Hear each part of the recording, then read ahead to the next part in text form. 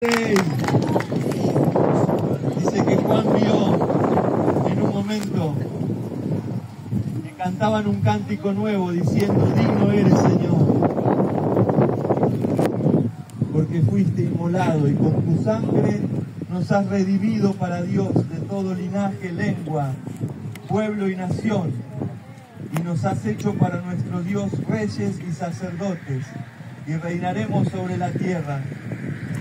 Y miré y oí la voz de muchos ángeles alrededor del trono, y de los seres vivientes y de los ancianos, y su número eran millones de millones, que decían a gran voz: el Cordero que fue inmolado es digno de tomar el poder, las riquezas, la sabiduría, la fortaleza, la honra, la gloria y la alabanza.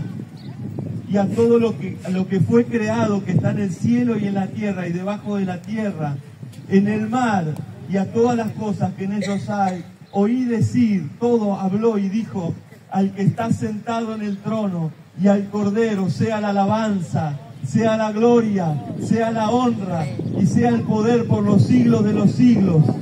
Le damos un aplauso a él, Señor, que está en este lugar. Vamos a ponernos de pie y vamos a orar al Señor en esta mañana. No hay nada más importante en esta mañana que puedas estar haciendo que ahora ponerte a los pies de Jesús y decir: Señor, dejo todo a un lado para oírte, quiero escuchar tu voz. No importa si es la primera vez que venís o hace 1000 años que vengas, o estás escuchando por ahí, o viniste a la plaza y vos crees que es de casualidad. Este es el tiempo que Dios preparó para que escuches de Él en esta mañana. No hay nada más importante, no hay nada mejor que oír la voz de Jesús en esta mañana. Señor, tú estás en medio de nosotros. Eres lo más importante que puede existir y que haya existido en toda la historia de la humanidad. Eres el centro, eres todo, Señor. No éramos nada sin ti, Señor, y no somos nada sin ti, Señor. Pero ese Cordero que fue inmolado por cada uno de nosotros, Señor, está en este lugar. Y te queremos rendir honor y gloria, Señor. Te hemos cantado, pero hoy queremos darte nuestra vida, nuestro corazón en esta mañana. Toma control de todos nuestros pensamientos, de todo lo que sucede alrededor. Queremos que gobiernes nuestra vida, Señor. Queremos que seas el centro de nuestro corazón. Nuestra familia te necesita. Nuestra vida te necesita. Mi corazón te necesita. Te anhelamos, Señor. Te anhelamos. Ven ahora a mi vida en el nombre de Jesús. Amén y amén. Le damos un aplauso al Señor. Él está en este lugar. Él vive. Estuvieron estudiando entre estas semanas anteriores. Me contaron, porque yo no estuve acá, pero vengo de una iglesia que está allá en el barrio Villa Paula. Y estuvimos aprendiendo acerca de Josué, el libro de Josué. ¿Se acuerdan?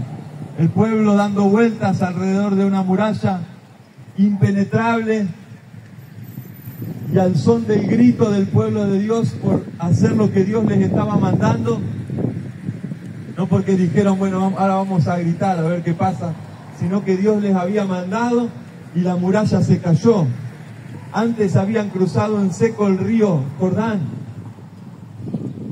Dios había hecho todo, les dio la tierra. Ellos entraron a poseer la tierra que Dios le había prometido. Pero a partir de ahora, este mes, vamos a estudiar el libro que sigue después de Josué. Y se llama parecido, es Jueces. Es el libro de los jueces, donde nos muestra cómo la historia de Israel, vez tras vez, se desviaba y se volvía detrás de su propio corazón o detrás de las cosas que veía a su alrededor. Y Dios iba tras ellos a hablarles para hacerlos volver a ese camino de Él. Vez tras vez ellos se volvían, venía la salvación, después con el tiempo aflojaban y volvían a apartarse, y Dios volvía y hablaba. Vez tras vez en la Biblia, desde principio a fin, podemos ver cómo Dios busca hablarnos y enseñarnos y corregirnos y darnos vida, pero muchas veces nuestro corazón está cerrado. Y cuando oímos la voz de Dios diciéndonos algo, parece que muchas veces no queremos oírlo y vamos hacia el otro lado. Vez tras vez la historia de la Biblia nos muestra a Dios queriendo cuidarnos, queriendo salvarnos. Metemos entonces en lo que dice Jueces. ¿Alguien trajo la Biblia? Si alguien la trajo, puede buscar lo que dice en el capítulo 2.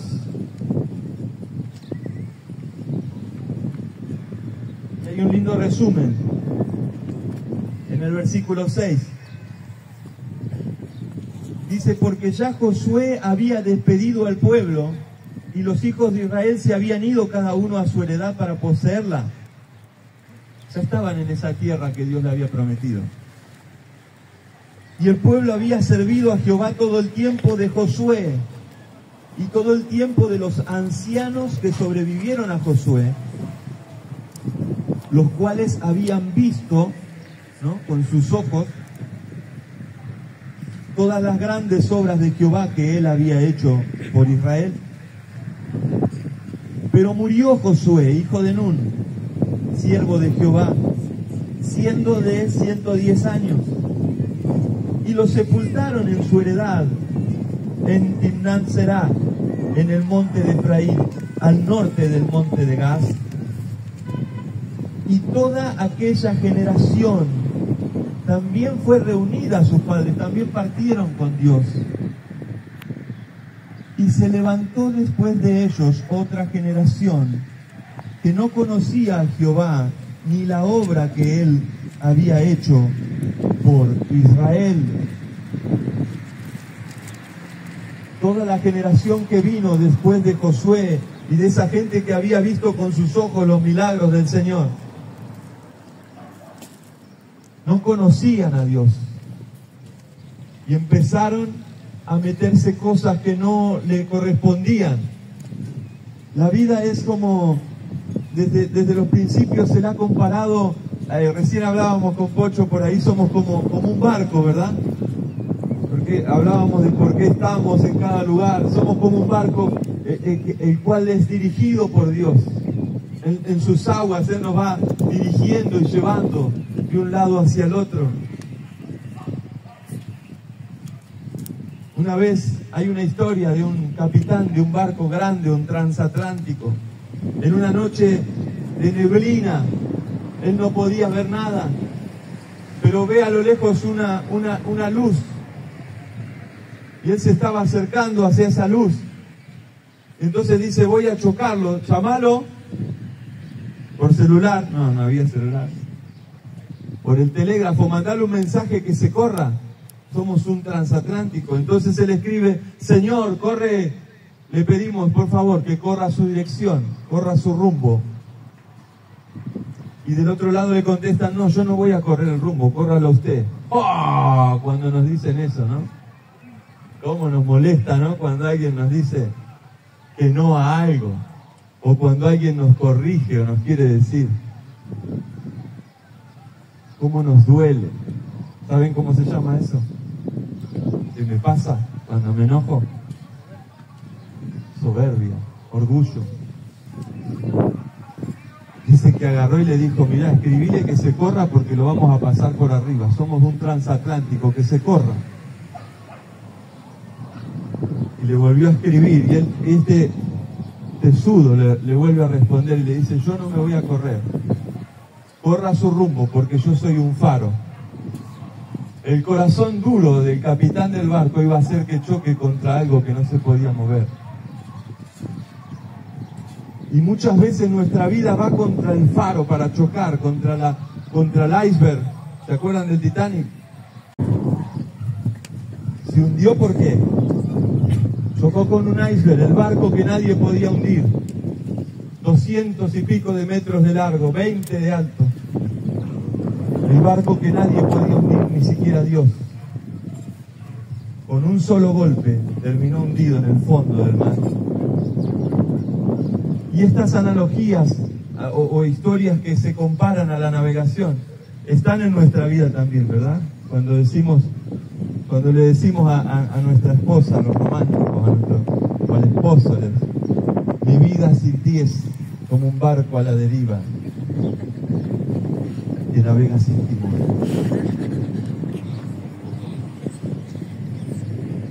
Cuando decimos todo viene viento en popa, todo está saliendo bien.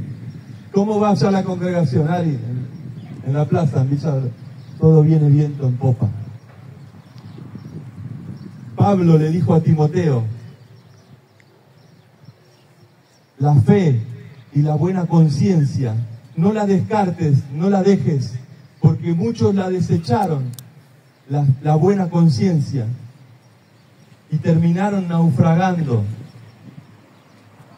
Naufragaron porque la fe no es suficiente si no hay buena conciencia, si no me presento delante de Dios y no arreglo mis cuentas, si no pido perdón por mis faltas, si no perdono a los que me han ofendido. Puedo naufragar, decía el apóstol Pablo.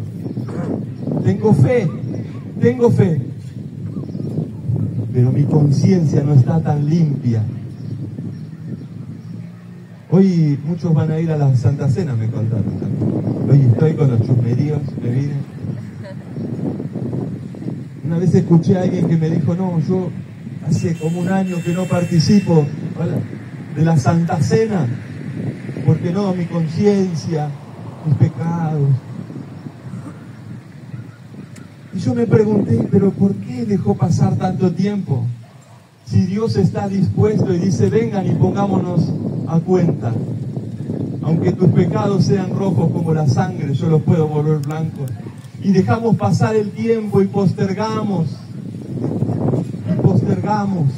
sentarnos a tomar mate con Jesús y decirle, Señor, mira mi vida, mira mi corazón, te necesito, yo quiero pedirte perdón por esto.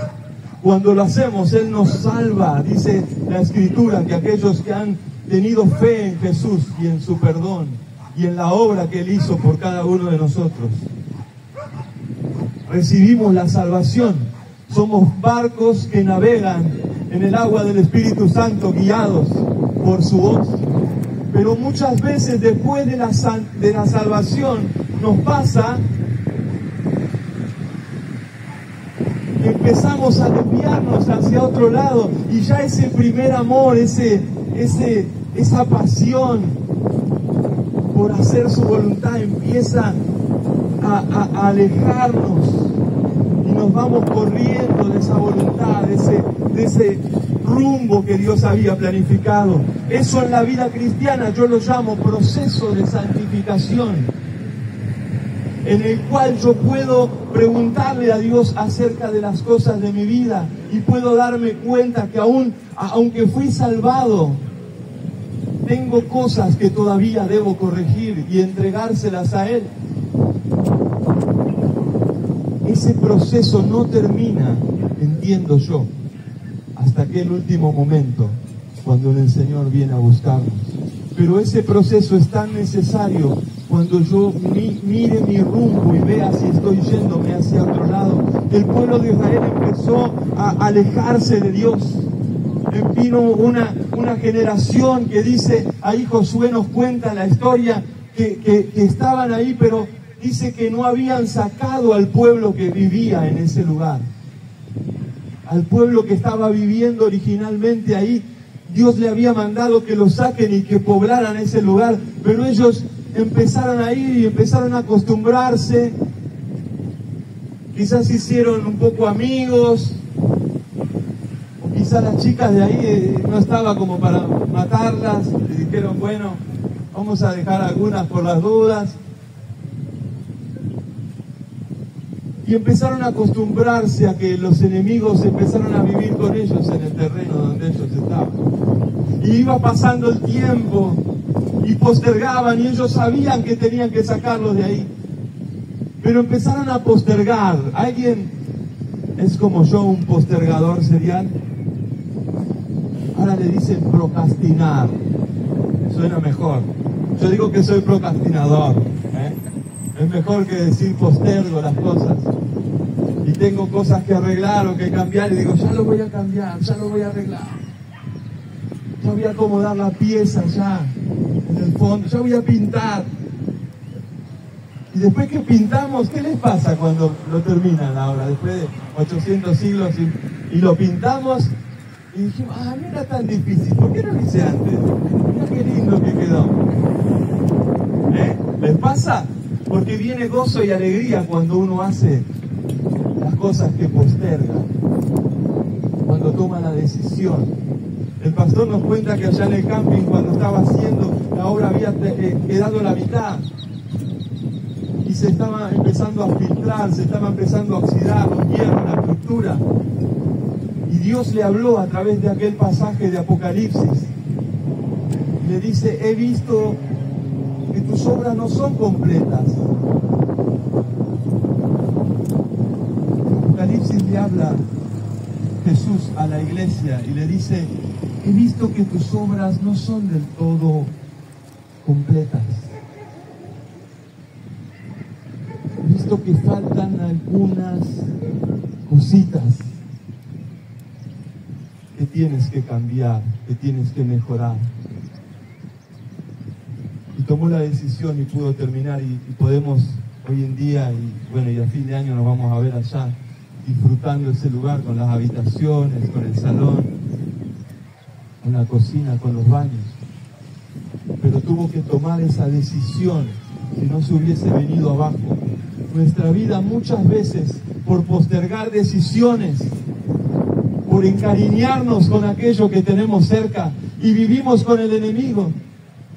Y sabemos que tenemos que romper esa relación, porque claro, Dios me envía a que yo pueda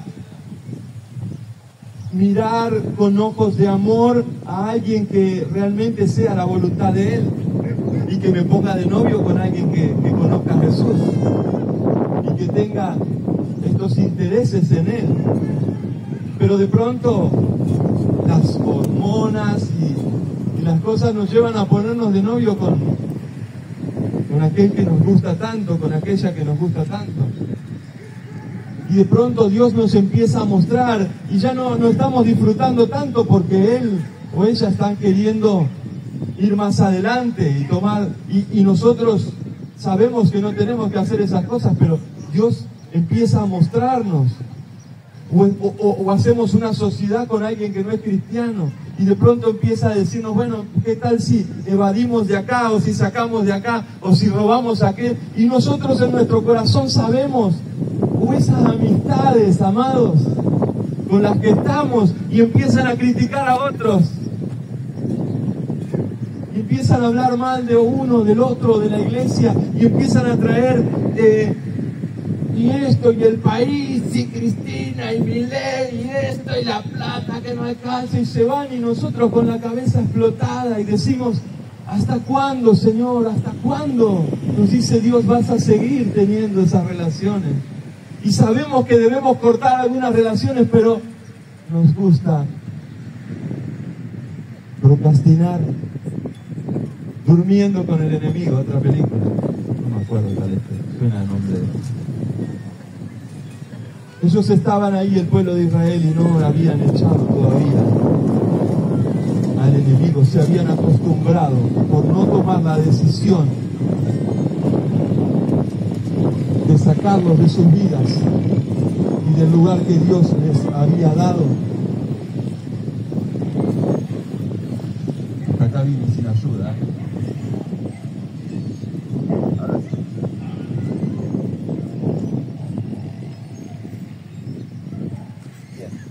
Entonces el primer punto para corregir nuestro rumbo, aquellos que anotan, era corregir el rumbo, si queremos terminar lo que empezamos.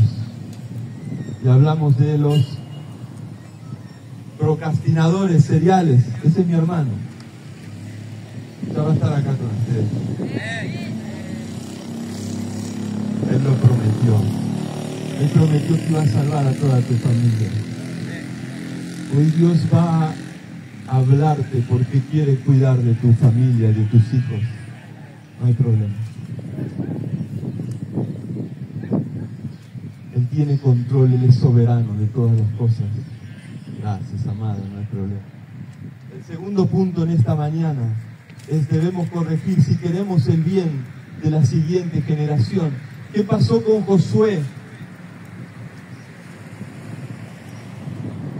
¿Qué pasó con esa declaración? Yo y mi casa serviremos al Señor.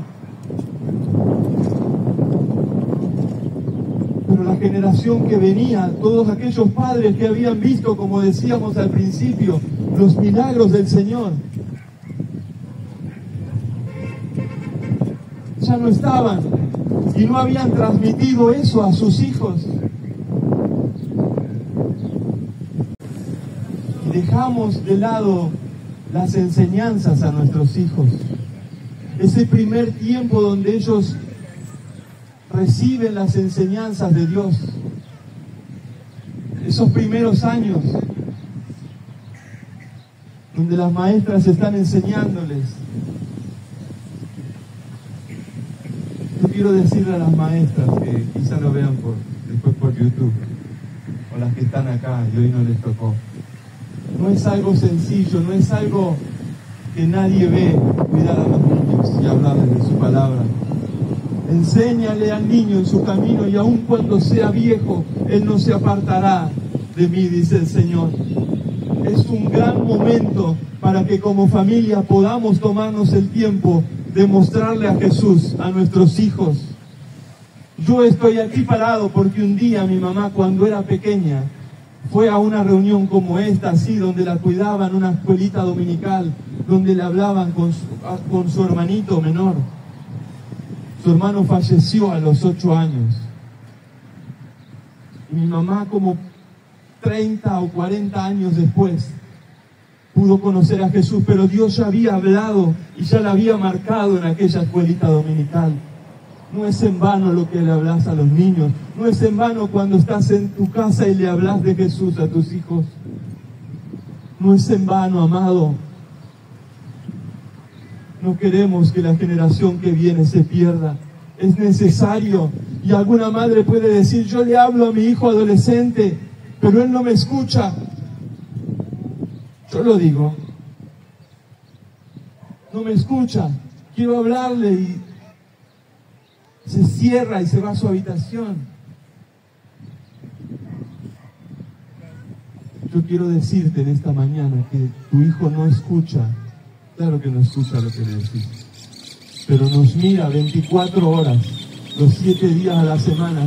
Ellos están mirando qué es lo que hacemos, cómo reaccionamos, si somos iguales cuando estamos en la iglesia y con nuestros hermanos y cuando estamos solos y en casa. Ellos están mirando constantemente si estamos confiando en Dios o en nuestras fuerzas, si estamos confiando en Dios o en nuestro dinero, o si hablamos bien o mal acerca del gobierno y nos gozamos y nos apoyamos en las cosas y en las decisiones de este mundo, o si estamos volviéndonos a Jesús cada mañana y diciéndole: Señor, yo te necesito, Padre, yo te necesito, Jesús, te necesito en mi vida y en mi familia. Eso va a llevar a tus hijos a Cristo. Que vean a Jesús en tu vida, no lo que le hables, no lo que le prediques, sino lo que le muestres, que ellos puedan ver a Cristo. Yo quiero al Señor de mi papá y de mi mamá. Yo quiero al Jesús que ellos tienen. No importa que no haya visto con mis ojos cómo abrió el río y pasaron, cómo las murallas se cayeron. Yo quiero ese Jesús que está en ellos, porque me han sabido contar las Sagradas Escrituras, como Pablo le dice a Timoteo también. que desde pequeño ha sabido aprender las escrituras de parte de tu madre y de tu abuela. Loida, su abuela, y Eunice, su mamá. Con Timoteo el hijo formaban un dulce hogar, decía la canción que cantábamos de chiquito. ¿Cómo me acuerdo? Loida y Eunice. No eran María y Milagros. Loida y Eunice. Pero de pequeño la cantábamos. Y de chiquito aprendimos algunas canciones que seguimos recordando a los 20 y pico. Primer punto, no postergues. Segundo punto,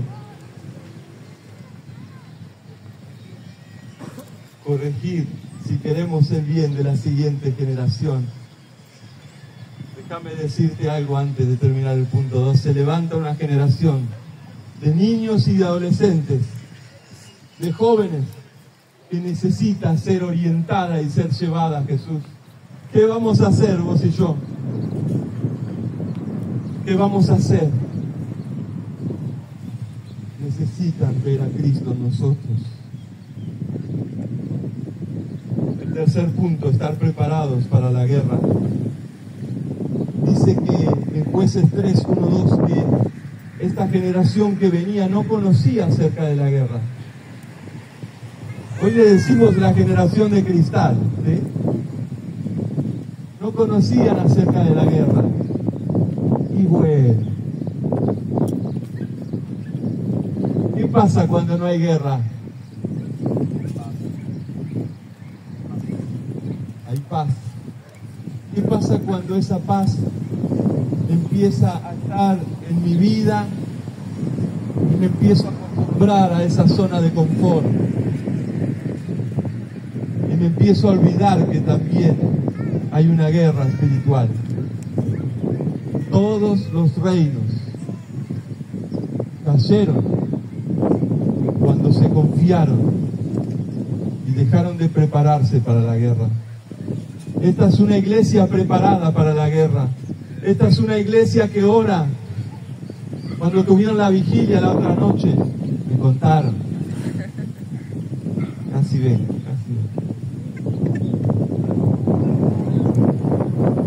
Una iglesia que pasa la noche orando, una iglesia que ora, que se preocupan unos por otros, que vienen acá y delante de todos empiezan a hablarle a Jesús, sin preocuparse por lo que dirá el otro. Es una iglesia que está preparándose para la guerra, para la batalla. Una iglesia que el mes que viene va a tener una campaña. ¿Cuántos van a estar en ese lugar sirviendo al Señor, alabando al Señor, glorificando el nombre de Jesucristo, en medio de una nación, en medio de una ciudad que necesita oír de Jesús? En medio de un océano lleno de barcos que se van al precipicio y caen y que se hunden. Ayer venía cuando pasé a la noche por el centro y vi tanta gente en la fiesta. Me gusta a mí la fiesta. Me gusta, no voy seguido, pero me gusta. Pero cuando iba y veía a los jóvenes borrachos, las motos, con alcohol en las manos, los autos,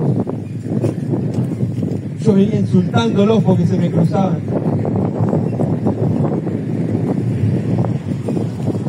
Yo decía, Señor, cuánta gente hay en este lugar que te necesita. Van como barcos sin rumbo. Y nosotros, Dios nos rescató, Dios nos salvó, Dios nos limpió, Dios nos perdonó. Estamos con Él y tenemos que estar preparados para hablarles. Preparándonos para la campaña el mes que viene, porque Dios va a hacer obras que ojo no vio ni oído yo. Dios puede hacer maravillas en medio de nosotros, señales que glorifiquen el nombre de Jesús, porque dice que Jesús amó tanto al mundo que envió a Jesús para que todo aquel que en Él crea no se pierda, mas tenga vida eterna.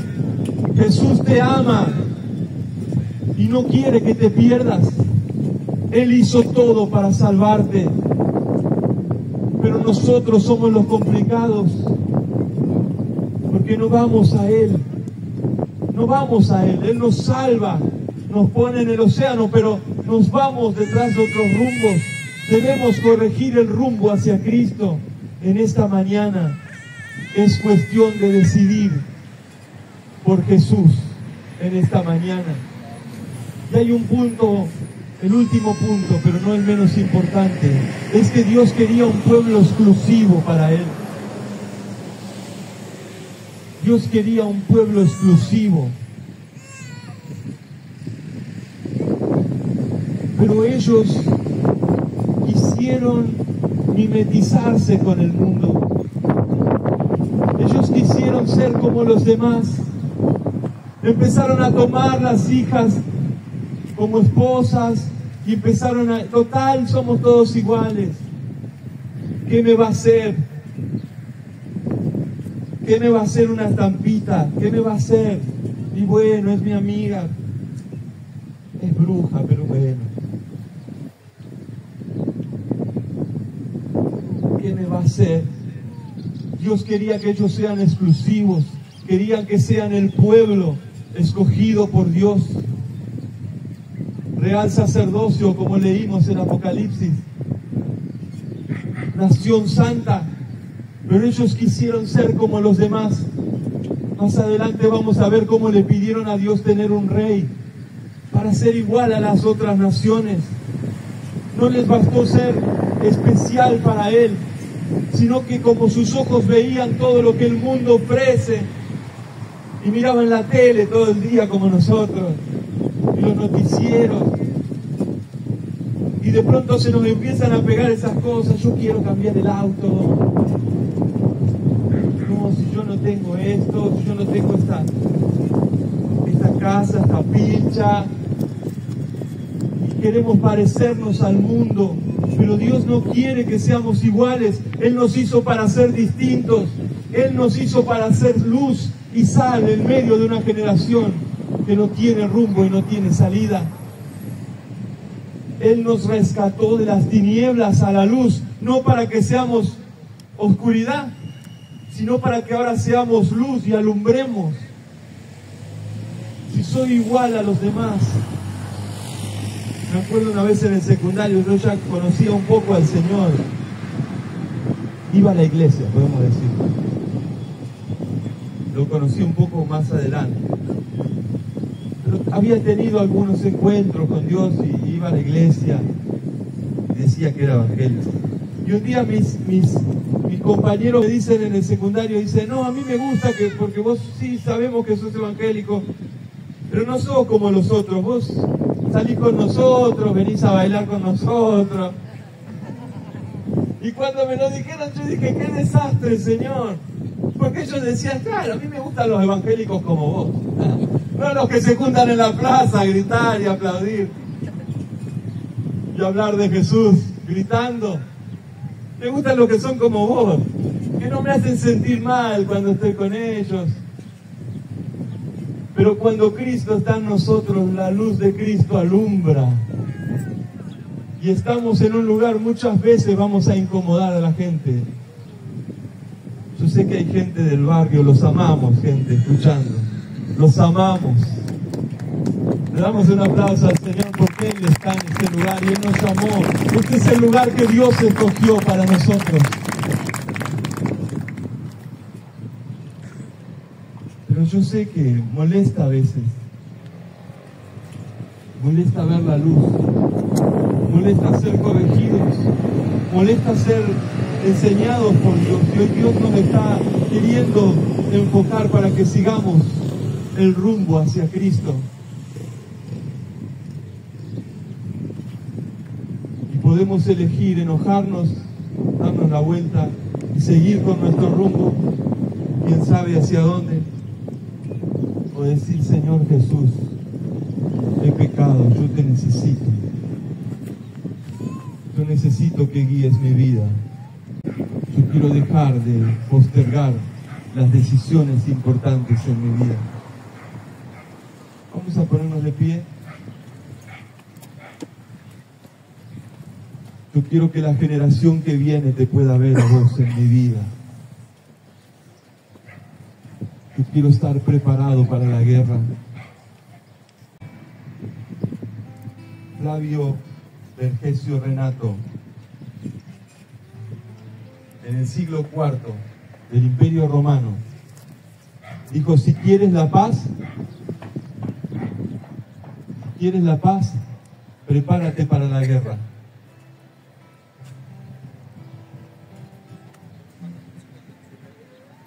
Nunca hubiese orado tanto por mi barrio si no hubiese tenido los vecinos que tengo.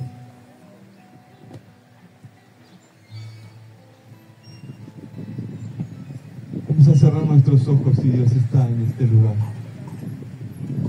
Yo sé que muchas veces te quejaste de la pareja que tenés.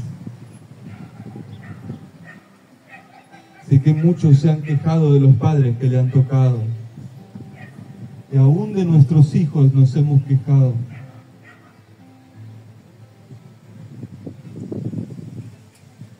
Ni hablar de nuestras suegras y nuestros suegros. Pero Dios deja esas situaciones adversas para que podamos crecer en Él y que podamos confiar en Él. Dios no quiere que cambies la vida del que tenés al lado. Dios quiere cambiar tu vida y quiere que cambies para Él. Yo sé que muchos se pasan años esperando que su cónyuge cambie. Pero hoy Dios está diciendo: yo quiero que vos seas el que cambie. Pero ella es otra cosa y otra decisión.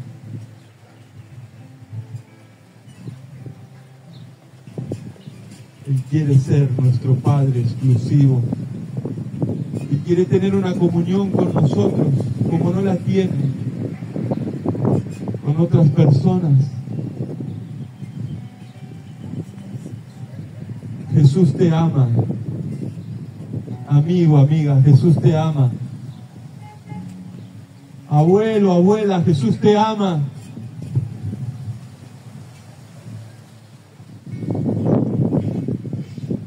Jesús te ama. Hoy es el tiempo de Dios para tu vida. Si estás de acuerdo, decí conmigo: Señor Jesús, te rindo mi vida.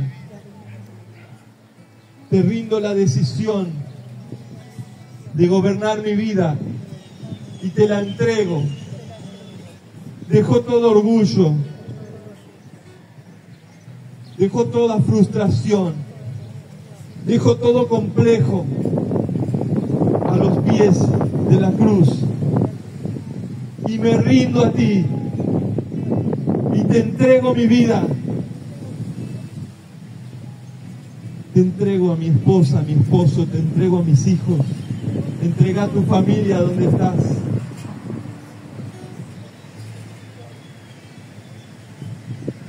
Cuando Dios entra en una casa, en una familia, el diablo no puede permanecer en ese lugar,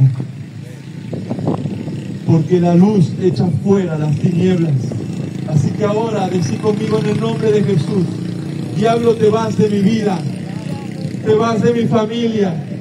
Renuncio a toda obra de Satanás, a toda maldición en mi vida y en mi familia, y declaro que Jesucristo es el Señor de mi vida y mi Salvador. En el nombre de Jesús.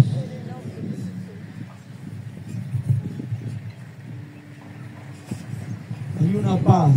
Escucha lo que te voy a decir. Hay una paz que Dios da a aquellos que abren su vida a Él, que no la puede dar nada. Escuchaste bien, nada en este mundo. Nada en este mundo puede imitar o parecerse a la paz que Dios da a aquellos que han sido salvos. Y dice que el Espíritu Santo le confirma a nuestro espíritu que sos salvo, que sos salva.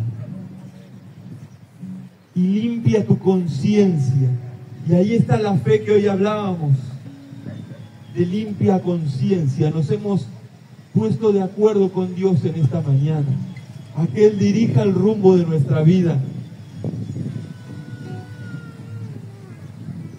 Le hemos entregado nuestra vida a Él.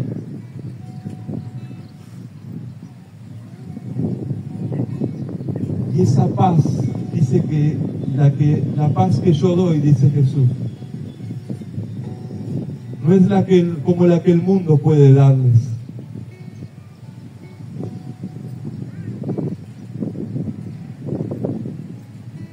Esta es la paz del Señor. Esta es la paz del Señor. Vengan y descansen en mí, dice Jesús. Ven a descansar en mí. Yo soy el Señor de tu casa. Yo soy el Señor de tu esposa, de tu esposo. Yo estoy obrando. He visto tu preocupación, dice el Señor. Estoy obrando, pero quiero obrar en tu vida primeramente. Esto es para alguien en esta mañana.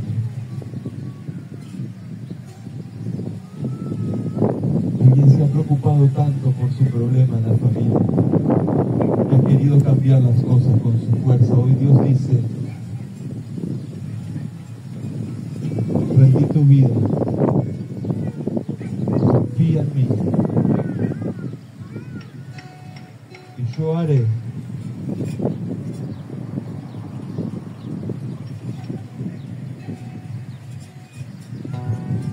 Paz del Señor está en este lugar. Toda preocupación